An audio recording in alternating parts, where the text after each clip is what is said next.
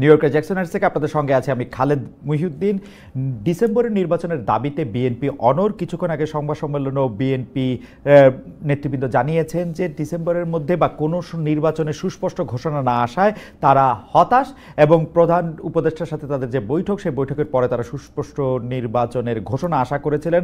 এখন রাজনীতির কি হবে, কি করবে বিএনপি কি আবারও আন্দোলনে যাবে কিনা, বাংলাদেশের রাজনীতির ভবিষ্যৎ বা কি হবে, এসব বিষয় নিয়ে কথা বলার জন্য আজ আমাদের সঙ্গে রয়েছেন বিএনপির স্থায়ী কমিটির সদস্য ডক্টর খন্দকার মোশাররফ হোসেন। ডক্টর খন্দকার মোশাররফ হোসেন, আপনাকে আমাদের অনুষ্ঠানে স্বাগত জানাই। আপনাকে শুভেচ্ছা, কৃতজ্ঞতা, ধন্যবাদ আমাদের সাথে যুক্ত হওয়ার জন্য। ডক্টর খন্দকার মোশাররফ হোসেন, আমরা জানি যে উনি প্রথম জীবনে শিক্ষক ছিলেন, ঢাকা বিশ্ববিদ্যালয়তেই তিনি শিক্ষকতা করেছেন, তারপরে তিনি রাজনীতিবিদ হয়েছেন এবং প্রায় আমি বলবো যে রাজনীতির সর্বোচ্চ পর্যায়েই তিনি আছেন। আপনাকে আবারও শুভেচ্ছা এবং স্বাগত জানাই, কারণ ডক্টর খন্দকার মোশাররফ হোসেন দীর্ঘকাল ধরে আমি তার স্নেহধন্য, যদি এরকম করে বলি, যে অনেকদিনের পরিচিত। Good to see you doctor Hossain, অনেকদিন পরে।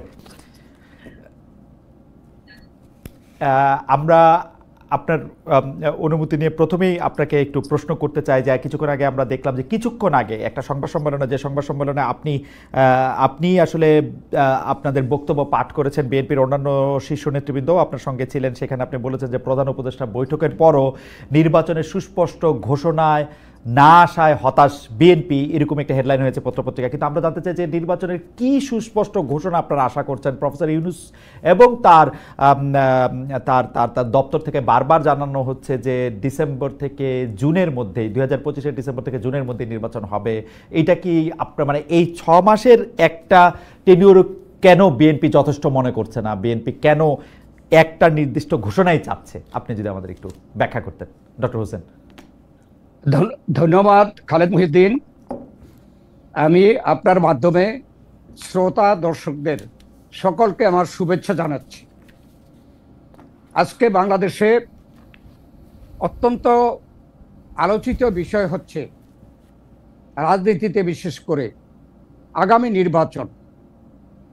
কেননা বর্তমান সরকার বৈষম্য বিরোধী ছাত্র জনতার গণ অভ্যুত্থানের মাধ্যমে এই সরকার প্রতিষ্ঠিত হয়েছে, এবং সরকার প্রতিষ্ঠিত হওয়ার পরেই প্রধান উপদেষ্টা সাহেব জাতিকে আশ্বস্ত করেছিলেন যে জনগণের অধিকার প্রতিষ্ঠা করা হইল তাদের সর্বাধিক অগ্রাধিকার। এখন 9.5 মাস অতিক্রম করেছে। এই নির্বাচন নিয়ে আমরা দেখতে পাচ্ছি নানা রকমের তালবাহানা, উশিলা সৃষ্টি করা হচ্ছে। সেজন্য আমরা দুশ্চিন্তাগ্রস্ত যে যারা পতিত, যারা স্বৈরাচার, ফ্যাসিস্ট, তারা দেশে বিদেশে থেকে বাংলাদেশ নিয়ে ষড়যন্ত্র করছে, এবং অনেক ষড়যন্ত্রের বহিঃপ্রকাশ ইতিমধ্যে আমরা দেখেছি। সেজন্যে আমরা যেটা প্রথম থেকে বলে আসছিলাম, এই সরকারের যে ওয়াদা, সেই ওয়াদাটা পূরণ করে অতি শীঘ্র নির্বাচন সংক্রান্ত যে সকল সংস্কার দরকার, সেই সংস্কারগুলো করে নির্বাচনের জন্য একটা রোডম্যাপ দেওয়া, অর্থাৎ দিন তারিখ ঘোষণা দেওয়া। এখন বলছে যে বছরের ডিসেম্বর থেকে আগামী বছর জুন পর্যন্ত করতে পারবে তারা। কিন্তু আমরা বলতে চাচ্ছি, কেন সরকার একটা তারিখ ঘোষণা করতে পারবে না? না করার তো কোনো কারণ নাই। এখানে যে উশিলাগুলো সৃষ্টি করা হচ্ছে, সেটা হচ্ছে প্রথম সংস্কার। আমরা সংস্কারকে সমর্থন করি, করেন না আমরা যে আপনারা সংস্কার সমর্থন করেন না। আমি আজকে দেখলাম যে সংস্কারের ব্যাপারে আপনারা একদম স্পষ্ট অবস্থান নিয়েছেন যে আচ্ছা যাই হোক, সংস্কারের প্রসঙ্গে আমি পরে আসছি। না না না, আমরা প্রধান উপদেষ্টাকে রিটেন যে আমাদের স্টেটমেন্ট দিয়েছি, সেখানেও বলেছি যে আমরা সংস্কারে বিএনপি আরো আগে থেকেই, এই সরকার দায়িত্ব গ্রহণ করার আগে থেকেই বিএনপি কিন্তু 31 দফা সংস্কার প্রস্তাব জনগণের সামনে তুলে ধরেছে। এটা বলেছে যদি আপনারা আমাদেরকে ভবিষ্যতে ক্ষমতায় বসান, আমরা এই 31 দফার সংস্কার কর্মসূচি আমরা বাস্তবায়ন করব এবং এই সরকার এসে সংস্কার প্রস্তাব করার পরে আমাদের তরফ থেকে ডেলিগেশন গিয়ে আমাদের সংস্কার প্রস্তাবগুলো তাদেরকে দিয়েছি। এর মধ্যে কিন্তু তাদের সংস্কার প্রস্তাব আমাদের সংস্কারের সাথে অনেক জায়গায় মিল আছে, আবার অনেক জায়গায় মিল নেই। সব জায়গায় মিল থাকবে এমন কোনো কথা না। আমরা একটা জাতীয় ঐক্য সৃষ্টি করা, গণতন্ত্রের উত্তরণের জন্য, ঐক্যমত্য সৃষ্টি করার জন্য আমরা একমত হয়ে ডেলিগেশনে আমরা গিয়ে আমাদের প্রতিনিধি পাঠিয়েছি। তো এরপরে আসে মামলার বিষয়।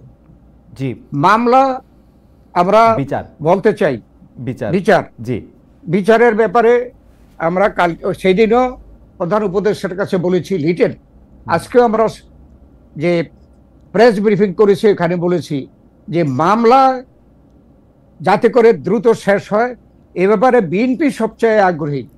কারণ বিএনপি গত 16 বছর যাবৎ সবচেয়ে বেশি এই আওয়ামী লীগ দ্বারা সবচেয়ে নির্যাতিত। তা আমরা কেন বিচার চাইব না? কি পরিমাণ তারা কি বলে ডক্টর খন্দকার মোশাররফ হোসেন, আমি খালি একটা বিষয়, যে বিএনপি দাবি করতেছে যে ডিসেম্বরের মধ্যে নির্বাচনটা চাচ্ছে। সংস্কারের প্রসঙ্গে আমি একটু পরে আসতেছি। ডক্টর মোহাম্মদ ইউনূস প্রতিশ্রুতি দিচ্ছেন যে দেশে বিদেশে সব জায়গায় প্রতিশ্রুতি দিয়েছেন যে তিনি জুন মাস হচ্ছে তার সর্বোচ্চ কাট অফ টাইম। এই 6 মাসের ডিসপিউট ধরে নেই, এবং অনেকেই বলতেছেন এর মধ্যে রোজা আসবে, এই আসবে, আসলে 2 মাসের ডিসপিউট, মানে ফেব্রুয়ারির মধ্যেই আসলে ইলেকশন দিতে হবে, তো ও বা বড়জোর এপ্রিল। এই 4 মাসের জন্য মানে বিএনপি এরকম মরিয়া হয়ে, বা বিএনপি এত রাগ হচ্ছে কেন 4 মাসকে নিয়ে?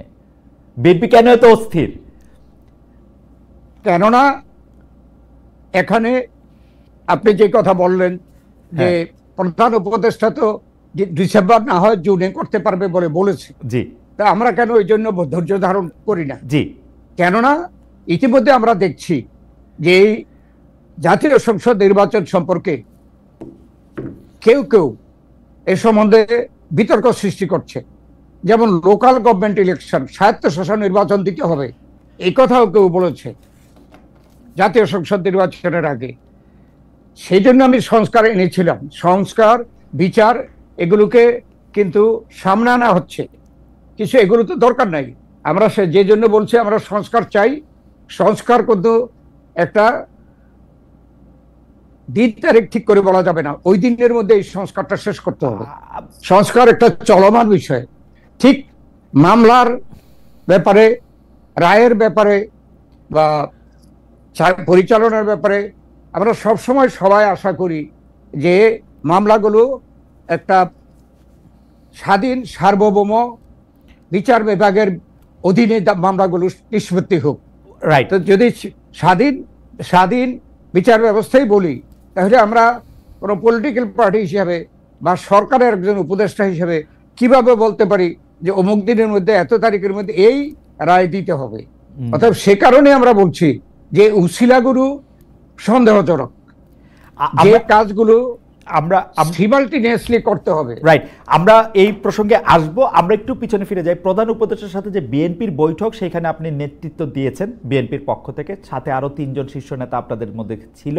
তো সেইখানে আপনারা স্পেসিফিকভাবে 3 জন উপদেষ্টার পদত্যাগের কথা বলেছিলেন, কিন্তু খুবই আশ্চর্যজনকভাবে তাদেরই একজন উপদেষ্টা সেখানে ছিল। পরে আমরা শুনেছি যে ব্যাপারটা আপনারা কি, অনেকে বলেছেন এটা ভালোভাবে নেন না, অনেকে, সেইটা আপনি একটু বলবেন। আরেকটা জিনিস হচ্ছে যে আপনারা ছাত্র উপদেষ্টা 2 জন, অর্থাৎ আসিফ মাহমুদ সজীব ভূঁইয়া এবং মাহফুজ সাহেবের পদত্যাগ চেয়েছিলেন। অন্যদিকে জনাব খলিলুর রহমান, যিনি আরেকজন উপদেষ্টা, তারও পদত্যাগ চেয়েছিলেন। অন্যদিকে একটি পদত্যাগের কথা সেদিন আবার খুব বাতাসে ভাসছিল, যে ডক্টর মোহাম্মদ, আপনারা কিভাবে নিয়েছেন?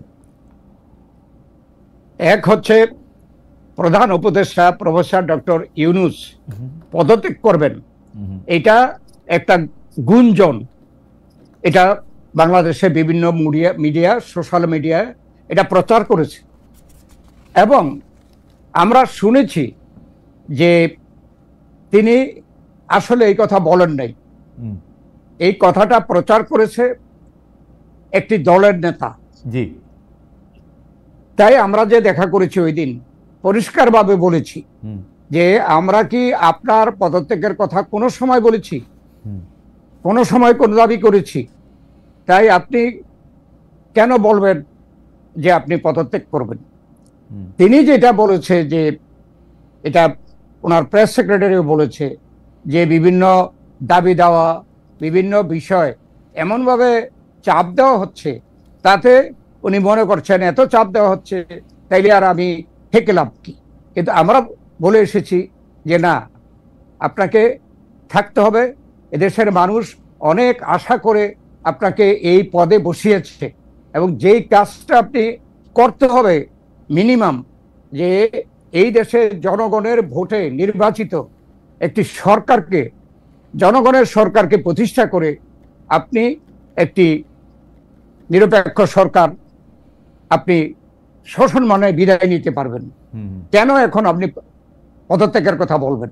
তো উনি সেটা আর আমাদের কাছে তেমন কিছু জোর দিয়ে বলেন। ডক্টর হোসেন, এখানে আমার একটা ছোট্ট প্রশ্ন ছিল, উনাকে কি দাবি দেওয়ার মুখে বিরক্ত মনে হইলো এনসিপির দাবি দেওয়ার মুখে নাকি বিএনপির দাবি দেওয়ার মুখে? বিরক্ত কার উপরে উনি আসলে? না, বিএনপির দাবি দেওয়া তো কিছুই নেই। দাবি দেওয়ার মধ্যে শুধু ইলেকশন আছে, যে ইলেকশনটা ওনাকে করতে হবে। আর আমরা সংস্কারের সমর্থন দিচ্ছি, আমরা বিচারের সমর্থন দিচ্ছি। তবে এইগুলোকে শর্ত হিসাবে ধরার কোনো সেখানে যুক্তিকতা নাই বলেই আমরা বলেছি সংস্কার, বিচার এবং নির্বাচন সম্পূর্ণ তিনটা বিষয়, এবং একটা আরেকটাকে কোনো ধরনের হ্যাম্পার করবে না। অতএব আপনি নির্বাচনের জন্য একটা দিন তারিখ, রোড ম্যাপ এটা বলেছি। আর মধ্যে বলেছি যে আমরা কেন ডিসেম্বরের মধ্যে চাই, সেটা হচ্ছে ডিসেম্বরের পরে 26 জানুয়ারি, এরপরে ফেব্রুয়ারি থেকে রোজা, ফেব্রুয়ারি পরে, রোজার পরে প্রায় 1.5 মাস 2 মাস লাগে রোজা থেকে ইয়া হতে, একটু নর্মাল সবকিছু হতে। এরপরে আবার আমাদের যে বড় বড় পরীক্ষাগুলো আছে, যেমন এসএসসি পরীক্ষা, এইচএসসি পরীক্ষা, এগুলো আসবে। অতএব এটা কখনোই নির্বাচনের মৌসুম হতে পারে না।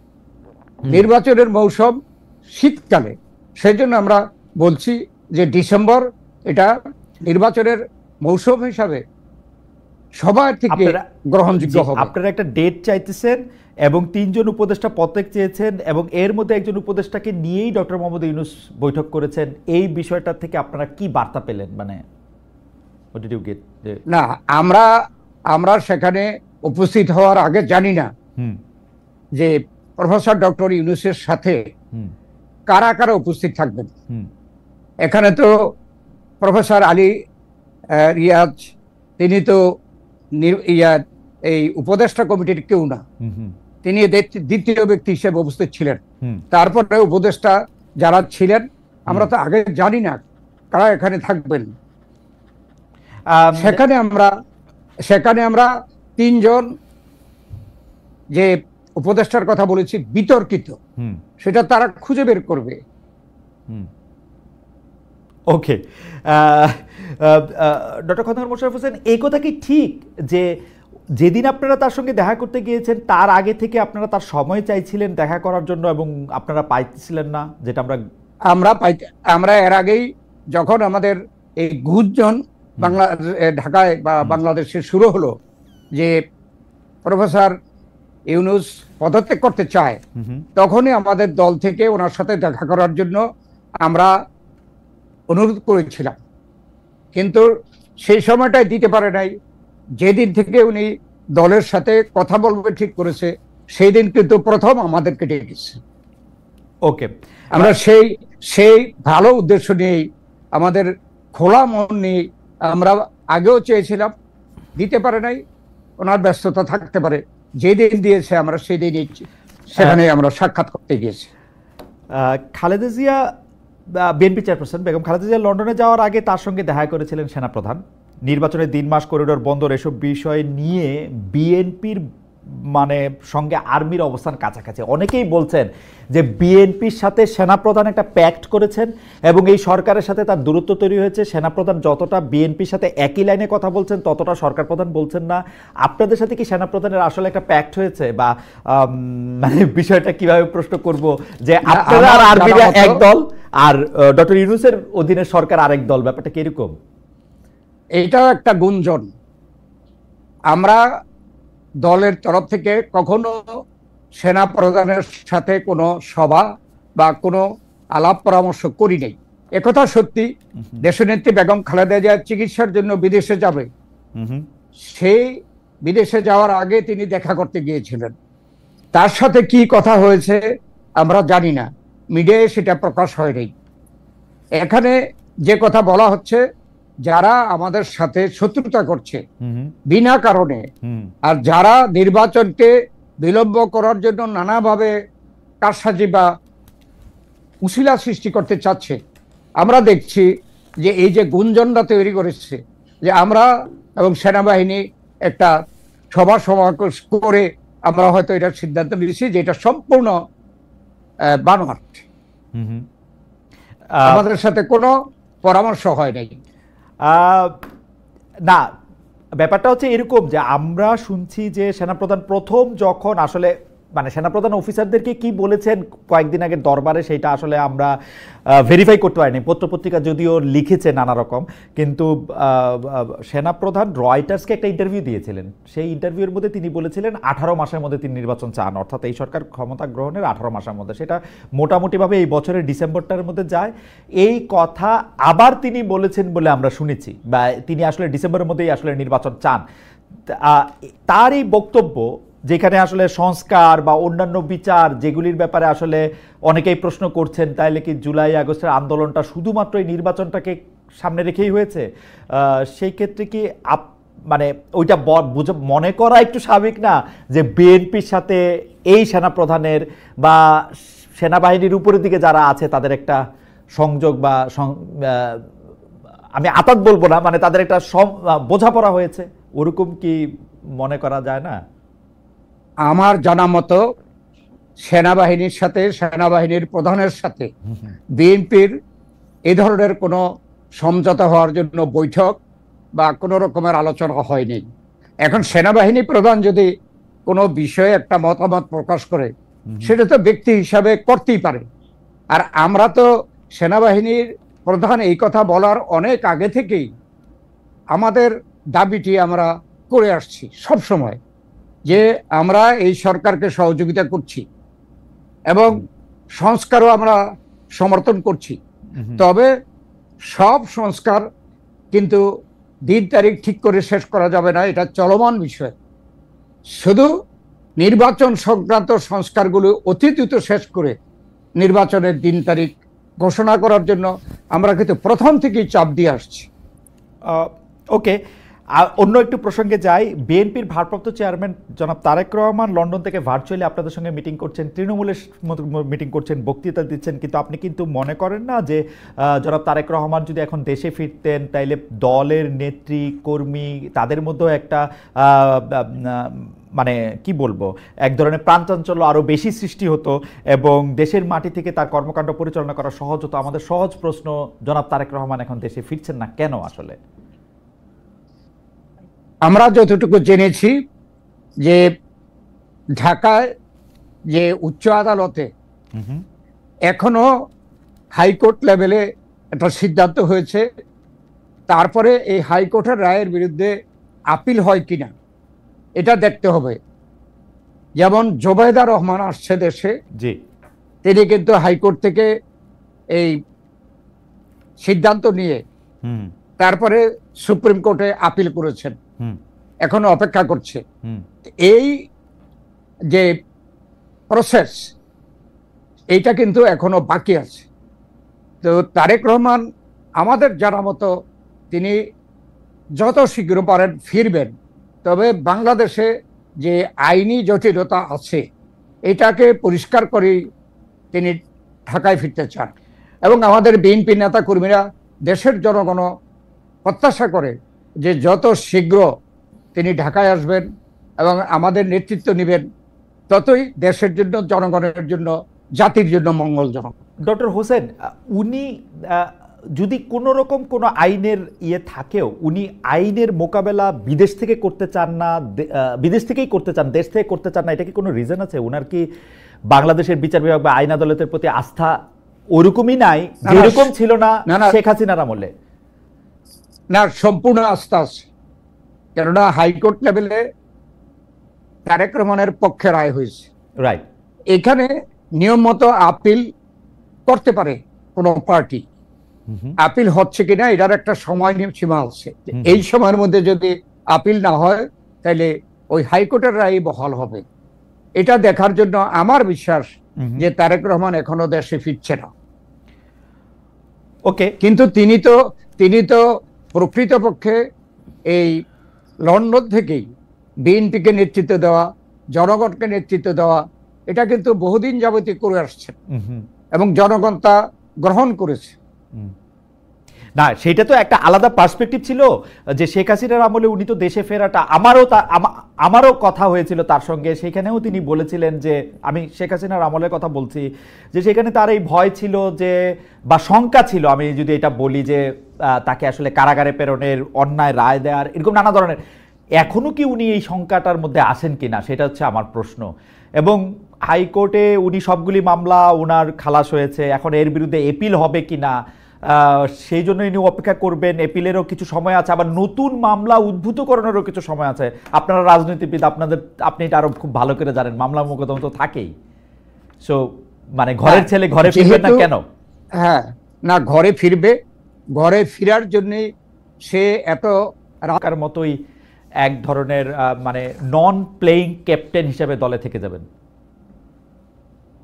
বেগম খালেদা জিয়া বর্তমানেও আমাদের চেয়ারপারসন, আর Tarique Rahman senior vice chairman হিসাবে তিনি ভারপ্রাপ্ত চেয়ারম্যান, এবং লন্ডন থেকে তার ভূমিকা সে পালন করছে।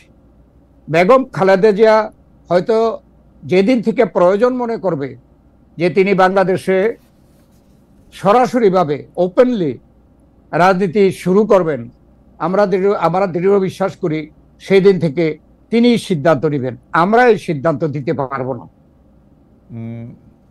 তবে আমরা আশা করি যে তিনিও সক্রিয় হবেন এবং আমাদের ভারপ্রাপ্ত চেয়ারম্যানও তারেক রহমান নিজে এসে বাংলাদেশে দলকে নেতৃত্ব দেবেন। আমি জানি না এই প্রশ্নটা অনেকেই করছেন, মানে অনেকে আবার একথাও বলছেন যে বেগম খালেদা জিয়া রাজনীতিতে আর সেই অর্থে সক্রিয় হচ্ছেন না, তিনি আর রাজনীতিতে মানে সে থাকছেন না। উনি কি এইরকম কোনো উপসংহারে কি পৌঁছানো যায় যে তিনি আর রাজনীতিতে থাকছেনই না বা থাকছেনই, ওরকম কোনো কথা কি? না, আমরা যারা এই বাংলাদেশে থেকে রাজনীতি করছি, আমাদের কাছে এমন কোনো ইঙ্গিত এ পর্যন্ত বেগম জিয়া বা অন্য কেউ দেয় নাই যে বেগম জিয়া আলটিমেটলি রাজনীতি করবে না, এটা কিন্তু আমাদের কাছে ইঙ্গিত দেয় নাই। তাই আমরা আশা করছি, জনগণ আশা করছে, বেগম জিয়াও আরো একটু সুস্থ হয়ে সরাসরি নির্বাচনে এবং সরাসরি রাজনীতিতে অংশগ্রহণ করবেন। ঠিক একইভাবে তারেক রহমানও দেশে এসে আমাদেরকে নেতৃত্ব দেবেন। আরেকটা প্রসঙ্গে যাই, সচিবালয়ে সরকারি কর্মচারীদের আন্দোলনে এনবিআর বন্দর অচল করা আন্দোলনের বিরুদ্ধে আমরা দেখতে পাচ্ছি নতুন গঠিত যে রাজনৈতিক দল বৈষম্য বিরোধী ছাত্র আন্দোলন, যারা জুলাই আগস্টের নেতৃত্ব দিয়েছে, তারা এই আন্দোলনের বিরুদ্ধে, এইসব আন্দোলনের বিরুদ্ধে, সচিবালয় আন্দোলনের বিরুদ্ধে, এনবিআর বন্দর অঞ্চল করা আন্দোলনের বিরুদ্ধে।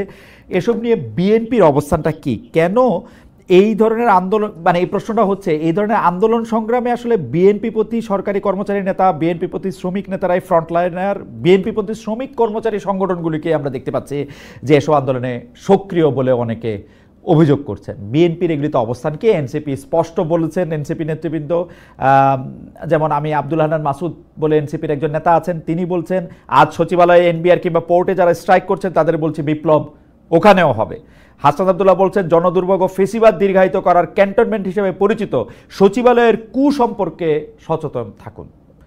ডক্টর খন্দকার মোশাররফ হোসেন, আপনার কাছ থেকে একটু শুনতে চাইবো যে আপনাদের বিএনপির কি অবস্থান? আমরা এই সরকারের মধ্যে অভ্যন্তরে যে বিভিন্ন বিষয় নিয়ে দাবি দাওয়া উত্থাপন করছে এবং তার প্রেক্ষিতে সচিবালয়ে নানা রকমের মিছিল মিটিং, এগুলোর সাথে আমাদের রাজনৈতিক দল হিসাবে বিএনপি কোনো রকমে জড়িত নই। এটা পেশাভিত্তিক সংগঠনগুলো তাদের স্বার্থে তারা এই সরকারের কাছে তাদের দাবি দেওয়া পেশ করছে, এটা তাদের বিষয়। এ ব্যাপারে এগুলো রাজনৈতিক নয়। আমাদের দৃঢ় বিশ্বাস যে এই সরকার, অন্তর্বর্তীকালীন সরকার যেহেতু এখনো ক্ষমতায় আসছে, যে সকল সমস্যা সামনে আসবে সেই সমস্যাকে দৃঢ়ভাবে তারা যৌক্তিকভাবে সেগুলোর সমাধান করবে, তাহলেই এই সকল সমস্যা কেটে যাবে বলে আমার বিশ্বাস। আমরা রাজনৈতিকভাবে এখানে কোনো পক্ষে আমরা নই। অনেকেই বলতেছেন যে বিচারাঙ্গনে, নির্বাচন কমিশনে, সচিবালয়কে যারা নেতৃত্ব দিচ্ছেন অর্থাৎ সিনিয়র আমলাদের মধ্যে সবাই বিএনপির লোক, অল্প কিছু জামাতের লোক আছে, আর প্রত্যেকটি জায়গায় বিএনপির লোক। বিচারাঙ্গনে যারা আসলে ট্রায়াল আদালতে যারা বিচার করতেছেন তারা বিএনপির পছন্দে আসতেছেন, অ্যাটর্নি জেনারেল সরাসরি বিএনপির রাজনীতিতে অংশ নিয়েছেন। নির্বাচন কমিশন আসলে বিএনপির ইচ্ছা কি, বিএনপির ভাবনা কি, সেইটাই আসলে খেয়াল করতেছে। তার ফলে এইসব জায়গাগুলিকে পুনর্গঠন না করলে একটা ভালো নির্বাচন হবে না, ভালো একটা সংস্কার হবে না। আপনাদের কি মনে হয়? যেমন ধরেন একটা ছোট উদাহরণ দেয় ডক্টর খন্দকার মোশাররফ হোসেন, নির্বাচন কমিশন আইন মন্ত্রণালয়ের মতামতের জন্য অপেক্ষা না করেই জনাব ইশরাক হোসেনকে মেয়র হিসেবে গেজেট প্রকাশ করেছে। এগুলি এক ধরনের আসে না, বার্তা দেয়। অ্যাটর্নি জেনারেলের কথা আমি আগেই বললাম, অ্যাডভোকেট আসাদুজ্জামান আসলে বিএনপির রাজনীতির সাথে প্রত্যক্ষভাবে জড়িত ছিলেন। তো এইসব ক্ষেত্রে কি এটা মনে হওয়ার কারণ আছে যে বিএনপি আসলে সরকারে না থেকেও সরকারকে আসলে কন্ট্রোল করতেছে পুরোপুরি? এই ব্যাপারে যে অভিযোগ আনা হচ্ছে এটাও গুঞ্জন, এটা আসলে আমাদের বিরুদ্ধে অপপ্রচার। কেননা হাইকোর্টে সিনিয়রিটি অনুযায়ী সেখানে সুপ্রিম কোর্টে বিচারপতি হয়েছে, এখানে কার কি রাজনৈতিক পরিচয় এটা আমাদের জানার কথা নয়। এবং আমরা এই যে বিচারক নিয়োগের ব্যাপারে বিএনপি বা দলীয়ভাবে কোনো রকমের ভূমিকা আমরা রাখি নেই। এটা আমাদের বিরুদ্ধে একটা বানোয়াট একটা কথা বলা হচ্ছে। ঠিক একইভাবে যে সচিবালয়ে যারা প্রশাসনিক কর্মকর্তা তারা কেউ বিগত 16 বছর ওই যে যারা ফেসিস্ট এবং একাত্মবাদে বিশ্বাস করত তাদের একদম যারা ক্ষয়ের খাচ্ছিল, এক্সপোজ ছিল, তাদেরকে বাদ দিয়ে হয়তো অন্যদেরকে যারা ডিপ্রাইভ ছিল তাদেরকে বিভিন্ন কর্মকর্তার পদে নিয়োগ দিতেছে। এবং ডিপ্রাইভ হইলেই যে তারা বিএনপির ছিল এটার কি প্রমাণ আছে? যে অভিযোগগুলো আনা হচ্ছে এগুলো আমি মনে করি ভিত্তিহীন। যদি অভিযোগ থাকে প্রমাণাদি সহ এগুলো পেশ করা উচিত। আর আপনি যে ঢাকা দক্ষিণের সিটি কর্পোরেশনের মেয়র সম্পর্কে যেটা বললেন, এখানে সিটি কর্পোরেশনের মেয়র ইঞ্জিনিয়ার ইশরাক নির্বাচনের পরপর দেশের আইন অনুযায়ী মামলা করেছিল এবং ওই মামলাটা ডিল করেন নির্বাচন সংক্রান্ত একটি ট্রাইব্যুনাল। সেই ট্রাইব্যুনালে ব্যারিস্টার তাপস ওখানে এটাকে শেষ করে দিতে পারত, না করে হাইকোর্ট থেকে ওই মামলাটাকে স্থগিত করেছে। এবং ইশরাক যখন এই মামলাটা গিয়ে উত্থাপন করেছে তখন এখানে যে অন্য পক্ষ উপস্থিত হওয়ার জন্য হাইকোর্টেও উপস্থিত হতে পারে না, যেহেতু ব্যারিস্টার তাপর পালিয়ে গেছে এবং সে পালানো অবস্থায় আইনজীবী নিয়োগ করতে পারে না। যখন হাইকোর্ট থেকে এটাকে খারিজ করে দিয়ে তাদের নির্দেশে ছিল যে নির্বাচন যে ট্রাইব্যুনাল, সেই ট্রাইব্যুনাল এ ব্যাপারে সিদ্ধান্ত নেবে। নির্বাচনী ট্রাইব্যুনাল সিদ্ধান্ত নিল ইঞ্জিনিয়ার ইশরাকের পক্ষে, যেহেতু সেখানেও ব্যারিস্টার তাপসের পক্ষে ব্যারিস্টার তাপসও ছিল না, কোনো আইনজীবীও রাখতে পারে নাই। তো এই রায়টা দেওয়ার পরে নির্বাচন কমিশনের কোনো এখতিয়ার নাই গেজেট করা ছাড়া। এটা কোনো নির্বাচন কমিশন গায়ের জোরে করেছে এটা আমরা মনে করি না, বরং সরকারের পক্ষ থেকে কোন আইনে নির্বাচন কমিশন এর আগে নির্বাচন ট্রাইব্যুনাল এই পক্ষে রায় দেওয়ার পরে কেন শপথ গ্রহণ করালো না, এটা হলো আমাদের পাল্টা প্রশ্ন। আমরা এটা বুঝতে পারছি না। এখানে সরকার থেকে একটা ব্যাখ্যা দেওয়া হইতেছে যে এটার আইনি জটিলতাগুলি এখনো নিষ্পন্ন হয় নাই, তারা ল মিনিস্ট্রি থেকে এটার ভেটিং করতে উনি বলছেন, ল মিনিস্ট্রির অনুমোদন চাইছেন, কারণ হাইকোর্টে আরেকটা মানে ঠিক মামলা না, একটা সাবজেক্ট ম্যাটার পেন্ডিং আছে এইটার বৈধতা ব্যাপারে, যেহেতু এইটা আসলে পুরোপুরি সুরাহা হয় নাই। না, এটা কিন্তু বনগড়া